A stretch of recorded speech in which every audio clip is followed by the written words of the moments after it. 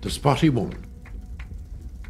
Matha moved towards leaving them on, not because he fully believed Mara Fada, but because he had no other ideas. Dread weighed down his every step. As he pushed himself to go faster out of fear of what might be stalking him, hunger burned his insides like never before. He had become used to hunger again since the pony got sick. When he was hungry at home, he could light a fire and lie down next to it. The smoke or the drowsiness would take his mind off the thoughts of food. Or sometimes he would lie in the bushes near the open door of the chief's cabin, where he would get strange dreams from the smell of meat being stewed. But crossing hill, marsh and stream at this pace made the pain unbearable. Eventually he didn't even care any more about the wolves that the harsh old bird had warned him of. He had to stop. He sat on a rock and noticed that the light of a wick was flickering through the trees. He knew he now had to do something that in all the years of hardship he had been too proud to do. Admit that he needed help.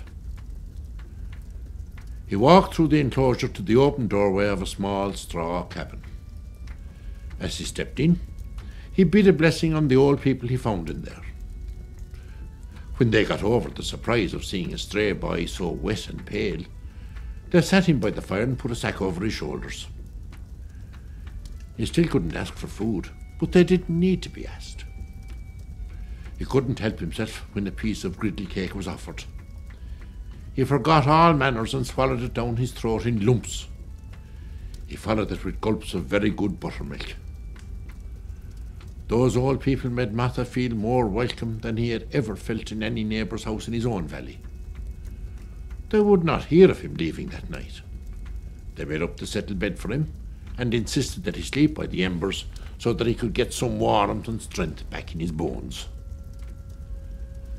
Matha was a little less worried as he resumed his journey the next morning, and a little less hurried. He soon discovered that many people along the lanes and pathways were of the same outlook as the kind old couple. Most were more than happy to take him in, share their last bit of bread with him, and give him a warm place to rest in. It was the first time he had realised that there were other ways to live, besides accepting a cruel accident of fate and toiling in the one cold, windy valley for the rest of your days. Going the roads was not the worst possible life in a country where people opened everything they had to a traveller. And if they liked him, if he was considerate towards them and entertained them or helped them with their work, he could stay as long as he wanted. It was probably as well that Matha had found some comforts in tramping the paths and tracks, because there was a lot of it in front of him in his life. At the southern foot of Slievenamon, unfortunately, he was in for a disappointment. He had no difficulty getting directed to the woodcutter's house. Everyone knew where it was. Shea was the well-known family's name. Shea and his sons were very strong people and skilled with an axe. They had cleared ground and made dressers, settled beds, house frames, and firing for every family in the North Moon area at one time or another. As Matha approached, he thought that the Shea fort looked prosperous.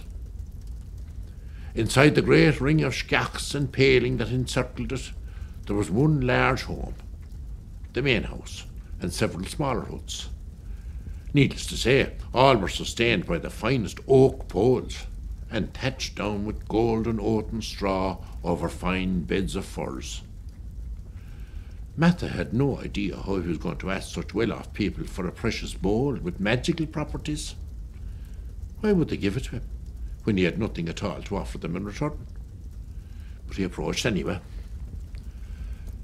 Matha got the same warm reception as he had received in other homes along the way. "Come in, son, and leave your burden at the door," said the fine lady at the main cabin. "You unfortunate garçon out traipsing the countryside on a black winter night." When he came inside the main cabin, he tried to hide his surprise at what he saw. The place was as bare as the poorest cabins.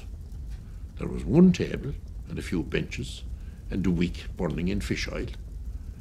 The pot on the crane had no smell of meat. The woman set him by the fire on a bench next to a much older woman, Shay's ancient grandmother. Shay was called from the lower camp, where he and his sons had been out sharpening their hatchets and blades, as they did every evening, in the secret, skilled way the Shays had done for generations. Shay welcomed Matha, as did his sons. Food was brought out of the pot. The sight of it almost quelled Matha's hunger. A small cake of blackish oatmeal that had been softening in boiling water. But little as it was, Matha got a bigger share than anybody else in the house, and he ate it like it was roast beef. When they invited him to settle back near the fire with them, he obliged. They talked about their goats and cows and about worries of the day. He could see that they were polite people and would leave him to stay quiet unless he indicated that he had something he wanted to say. A loud, grinding noise suddenly filled the room. Matha thought a final event was about to unfold. But he was the only one who turned to the corner it was coming from. It was the old lady. One of the sons whispered to Matha. She always waits until everyone is finished before she eats her bit of bread, to remind us how badly off she is with her few teeth and her hollow head. After a while, Matha cleared his throat, and the old woman stopped grinding. He began with telling how he and his mother had been struggling after the arrival of Kerbal, and then he told them of the funny black horse with the long, round body and the stumps of legs. It turned out they were great lovers of ponies and horses and couldn't hear enough about the wonderful little animal. Instead of quietly looking at each other, shaking their heads in pitying disapproval, as others had done when he told them he had left everything behind to try and find a remedy for a sick horse, Shay's wife said, "Of course you did, son, of course you did. And what else would a decent young person do in your situation?"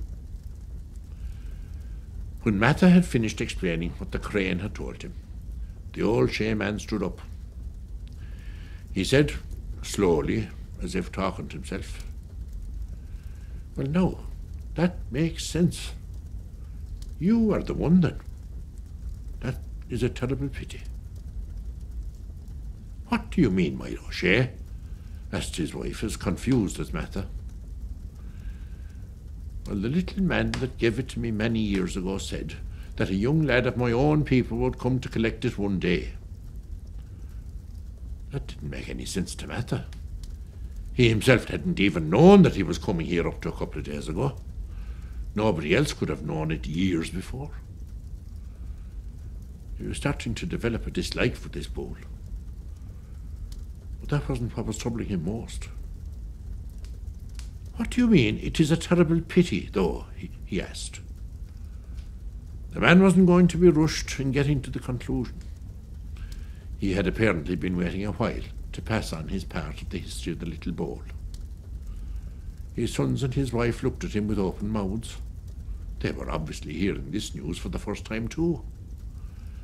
The little old granny just stared into the flames, showing no flicker of interest. "Of all the things we recently lost," said his wife gently to Shay, "I confess I never missed that little bowl. I always knew that although you minded it carefully, you were not fond of it.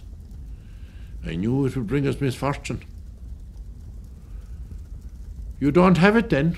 confirmed Matha despondently, his hope of an easy end to his woes sinking away before him.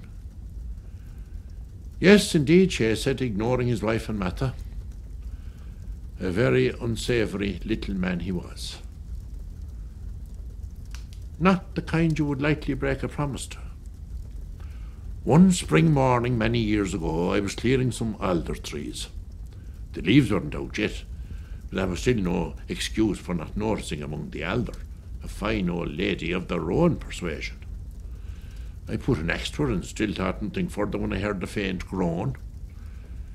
I'd cut halfway into it, and it was showing signs of instability, when I noticed the pooka standing next to me, not as tall as my dog who had run away.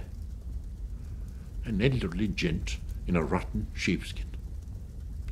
Even if his face hadn't been twisted up with rage, I'd still be frightful looking.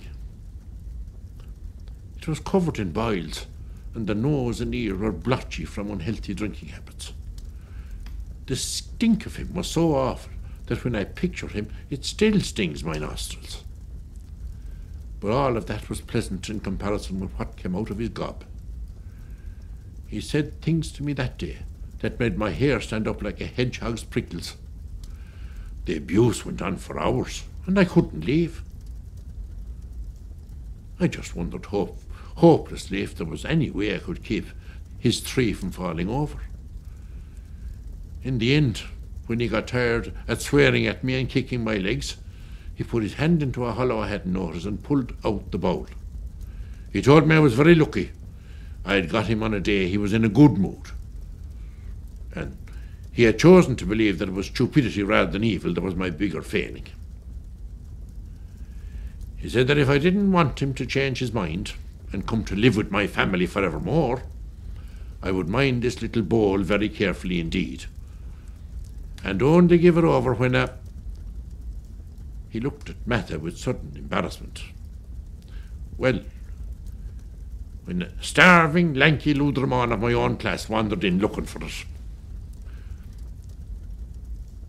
While the listeners were trying to digest this, Shay tried to bring the conversation back to normal matters. That's why I've always warned my sons to look 3 times at any tree, to look at its buds, its bark and its shape, before lifting metal to it. No matter what friend has asked you to cut it. That was all more than Matha could begin to understand. It was at this moment in his life that he first decided that the only way to keep his mind together was not try to figure everything out. Just to gather and store information away without trying to arrange it all sensibly. I would have been very glad to pass it on now, said Shay. It would end my commitment to the vile little man, and it would help a good young man out of a hobble. You don't know where it is now, Matha repeated, just to make sure. Look around you, son, said the senior man quietly. The others all looked into the ashes, as it was too hard for them. Did you notice that we ate the bit of bread from our hands? I know that you're too mannerly to comment on it, but I'm sure you noticed that we haven't a shoe between us, and the clothes we have on our backs are worn to rags. We haven't a decent piece of furniture, nor any metal utensil or ornament. The very pot we cook in is borrowed. And we haven't a piece of crockery around the place, let alone the woeful little bowl. I hadn't noticed, Matha lied. It's broken me, said the man sadly. Every comfort I had worked to build up for my darling wife, gone. My sons have to start from scratch with the good start I had planned to give them, gone up the chimney. It's all right, Acree, said the lady, putting her hand on his arm. They left us each other and our health. Those are the only comforts we really need.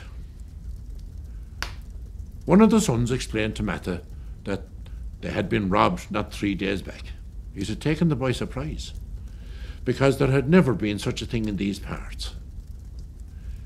People here didn't worry about protecting their homes from anything worse than a burrowing boar or a hungry wolf. What troubled them further was they had suspected some force that wasn't human had been involved. They suspected a dark creature from the forests had come after them. The senior Shay had secretly thought that maybe the Pooka had come back with some accomplices. He couldn't see any other explanation for the strangest fact of all. The 3 big sons had been in the camp all that day, only a few steps away from the main homestead.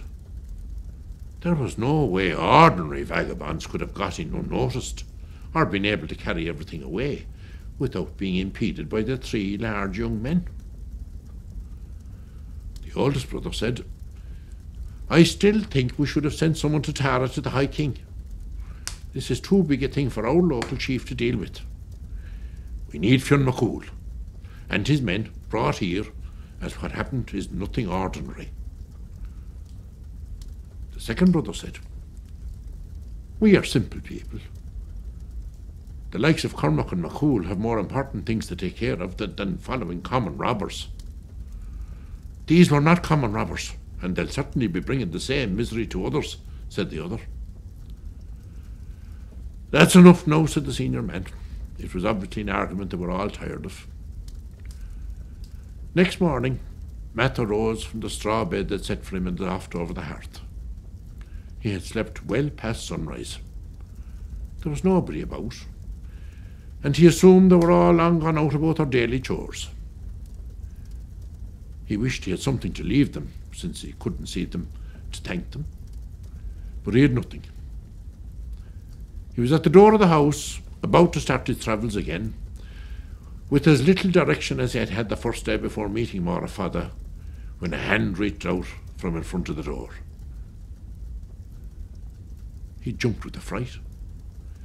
It was only the old woman who had been sitting by the hearth the previous night. She was hunched on a stone outside the door, grumbling about the sunshine. "Thank you, Grandmother Shea," Matha said, "and thank the rest of your family for their hospitality." "Whisht with your old soft talk, boy," she croaked wickedly. "Life is hard. Take this." Her little arm was still extended out of her black shawl, speckled and ash-stained from too much time at the fireside. She opened her tiny hand slowly, and from it unfolded a large brown leaf, maybe of a chestnut tree. Matha tried to catch it, but she let the breeze get it first. "Follow it," she said, with a cracked laugh. Then she resumed grinding on some bread that she must have kept hidden away for herself. She had no more words to spare for him. Matha had no better plan, so he thanked her again. The leaf stopped about 20 paces across the settlement. As Matha stooped to pick it up, another gust lifted it and took it across the thick hedge and across the little moat onto the far side. He tore himself going through the thorn bushes, as he didn't want to go around for fear the leaf would float off when he had his eyes off it. Next, the leaf headed for the path that ran along by the great Shore River, and he thought for a minute that it was going to lead him on an easy route. That track on the bank looked well used, and he would have easily seen himself following the river to its source, finding some great wisdom there, no doubt. But that was not the leaf's plan. It bounced along in front of him till they got to a place where the river looked very deep. There the leaf lifted itself onto a freezing breeze and flitted across to drop on the other side. Matha felt like crying, but what good would that do? He took off his few garments and tied them into a ball with a stone in the middle. He chucked this to the other side. Then he dived into water so cold that he thought his body had stopped working. He was not a good swimmer at the best of times, and had swallowed a lot of water by the time he got hold of some nettles on the other bank. He danced to try and expel the cold as the leaf took off again. They went on like that for 2 days, Matha and the chestnut leaf. The hateful leaf didn't give him a chance to stop for food or sleep, and the only water he got was what he swallowed from the great river each time the leaf made him cross it. It always took him on the hardest route between 2 places, never following a pathway or carriage route across the biggest rocks and the softest bogs. Then, on the morning of the 3rd day, when he was about to give up out of pure exhaustion, he got hold of it. He almost couldn't believe he had the thing in his hand. He felt fury rise in him when he realised that the place he had ended up in was no more than 2 hours' walk from the place he had started. He was next to a clump of hazel saplings on the northern foot of Slievnaman. He crumpled the now dry brown leaf in his hand in frustration, and the crackle it made echoed the sounds of the old woman's laugh. He cursed his foolishness for having listened to a poor old lady who probably was confused from being too long in the dark corner of the shea house. Even though he was very hungry, he was even more tired. So he lay down right there in the bracken and was soon asleep. Some time later, he was woken by the sound of men's voices. Something put caution in his mind, and he was careful not to lift his head above the ferns as he tried to see what was happening. That was the first Matha saw of the Runner Bonniff brothers. There were 5 of them. They were carrying and pulling hessian sacks with oddments sticking out. They were bickering with each other. The instant he saw them, he revised his view of the cackling leaf. He had no doubt that he was looking at the thieves. He could make out only some of what the men were saying. He watched the strange assortment trot past. As they disappeared into a thicket of hazel trees, he knew he had to hear more. He stood to follow. He was not yet long enough travelling to be wary. He was so intent on listening that he was not looking. He stepped on a fallen crabtree branch and it snapped under his leathery heel. The crack made snipe rise from the ferns in screeching complaint. The voices ahead went silent. Now he felt afraid. If they came back, he was sure he would be done for. There would be no point in him telling them that he didn't care about their doings or their stuff. That he only wanted one small thing. No such gang would let him walk away. Not with his bowl, not without it. He stood reed-like beside a forked hazel and stopped breathing. He tried to imagine himself invisible. They came closer and closer. He was staring straight at them through the fork. One of them came right up and stopped at his tree. He sniffed. Then he turned and said, "It was nothing." Matha knew that another strange thing had happened here, but he put it away. When they had gone, he crept towards the track. He knew what he must do next.